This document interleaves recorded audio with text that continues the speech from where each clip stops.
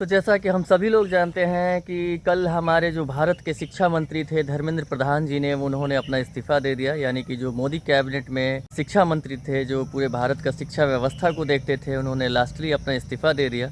और इसका कारण है कि जो पूरे भारतवर्ष में और चौतरफा जो प्रोटेस्ट हो रहा था, यानी कि जो विरोध प्रदर्शन हो रहे थे, उसको देखते हुए और जो हमारे विद्यार्थी जन हैं उनकी भावनाओं को देखते हुए, जो उनके गार्जियन थे उनको देखते हुए, एक लोगों में जो विरोधाभास जा रहा था कि हाँ कहीं ना कहीं ये गलत है, पेपर लीक नहीं होना चाहिए, उसको देखते हुए अंतिम निर्णय उन्होंने लिया और अपना इस्तीफ़ा प्रधानमंत्री को दे दिया। यानी कि उन्होंने कैबिनेट मंत्री पद से अपना रेजिग्नेशन दे दिया।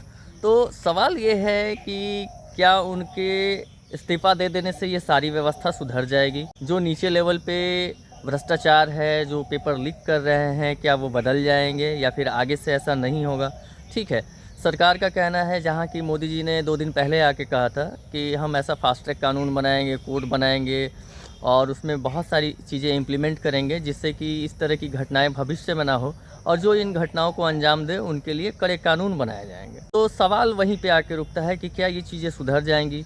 अब विद्यार्थियों में है कि हमारी जीत हो गई, और उनका जो नेतृत्व कर रहे थे तेलचट्टा पार्टी, तो उनका भी अपना क्रेडिबिलिटी है कि हमने ये चीज़ करा दिया और ये चीज़ ऐसे ही होता है। तो देखिए, यहाँ 2 पहलू हैं। एक, विरोध प्रदर्शन करना जायज़ है, आप किसी भी चीज़ को लेके कर सकते हैं, आपको आज़ादी है। और विरोध प्रदर्शन के साथ साथ हिंसा करना वो गलत है। और इस प्रदर्शन में वो दोनों चीज़ें देखने को मिली हैं, हिंसा भी मिली है और विरोध भी मिला है। बहुत सारे जगहों पे विद्यार्थियों ने शांति ढंग से अपना विरोध प्रदर्शन किया और बहुत सारे जगहों पे आगजनी की, तोड़-फोड़ की, सरकारी संपत्ति को नुकसान पहुंचाया, सामाजिक संपत्ति को नुकसान पहुंचाया, आम जन की जो संपत्ति है उसको नुकसान पहुंचाया। तो क्या ये सही है? क्या वो विद्यार्थी थे? मुझे नहीं लगता कि जिसने संपत्ति को तोड़-ताड़ किया है या फिर नुकसान पहुंचाया है, चाहे वो आम आदमी की हो या सरकारी प्रॉपर्टी हो, वो कहीं से भी विद्यार्थी होंगे। क्योंकि एक विद्यार्थी का जो आचरण होता है, जो संस्कार होते हैं, वो अलग होते हैं और वो शांति से अपना काम करना जानते हैं। तो मुझे ऐसा ही लग रहा है। और रही बात कि जो लोग आज ज़्यादा खुश हैं, तो एक चीज़ मुझे लगता है कि कभी-कभी ऐसा होता है कि जंगल का जो शेर होता है, वो अगर 2 कदम पीछे हट रहा है, तो उसके हमले को भाँप जाना चाहिए। क्योंकि शेर का हमला करने का जब इरादा होता है ना, तो वो 2 कदम पीछे लेता है। तो जो लोग आज खुश हैं, तो मुझे ऐसा लगता है कि हो सकता है कि सरकार को आज आप बैकफुट पे बोल रहे हैं, कल को जाके आपको इसका रिज़ल्ट भी दिखेगा कि सरकार ने ऐसा क्यों किया और क्या कारण थे। हालांकि ये करना सही है सरकार का, गलत नहीं है, लेकिन इसके पीछे बहुत बड़ी चीज़ें हैं।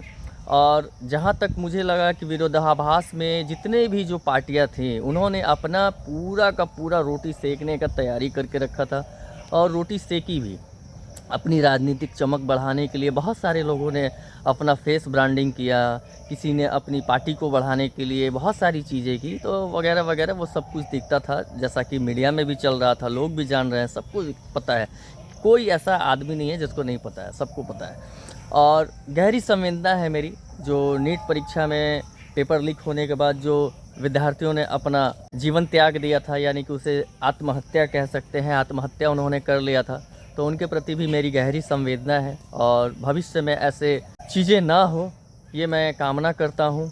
और जो विरोध प्रदर्शन है वो ज़रूर आप कीजिए, लेकिन हिंसा के साथ नहीं कीजिए, ये एक छोटा सा सुझाव है। और देखिए, अब जो नए हमारे शिक्षा मंत्री हैं प्रहलाद जोशी जी, इनके आने से क्या चीज़ें बदलती हैं और कितनी सुधार होती है, ये आने वाला समय बताएगा। और एक चीज़ हमेशा आप याद रखिएगा कि आप एक विद्यार्थी हैं, अपना विद्यार्थी जीवन जिए और किसी भी तरह का विरोध प्रदर्शन में हिस्सा ज़रूर लीजिए, बिल्कुल लीजिए, लेकिन हिंसा नहीं कीजिए। ये हमारे महात्मा गांधी जी भी कह के गए हैं कि अहिंसा परमो धर्म। तो हिंसा आखिरी रास्ता नहीं होता। हिंसा करने से कहीं ना कहीं बहुत सारी जो चीज़ें हैं वो बदल जाती हैं। अगर चीज़ें आपके पक्ष में भी हो रही हैं तो वो भी बदल जाती है। हिंसा करने का मार्ग जो ऐसा होता है कि हिंसा करने के बाद वो आपके विपक्ष में हो जाती हैं।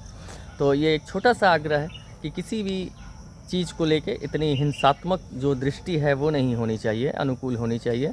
यानी कि आप जिस तरह से कर रहे हैं वो कीजिए, बिल्कुल सही है, कहीं कोई दिक्कत नहीं है। और रहा बात सरकार का, तो देखते हैं आने वाले समय में सरकार का क्या स्टैंड होता है। और एक चीज़ और यहाँ कहना चाहूँगा मोदी जी का एक जो अपना 2 दिन पहले का जो वीडियो आया था और पूरा का पूरा उस वीडियो में चर्चा था कि 303 मिलियन 24 घंटे और 1 मिलियन यानी 1 मिलियन से ज़्यादा फॉलोअर। तो कहीं भी प्रधानमंत्री की पॉपुलैरिटी कम नहीं हुई है।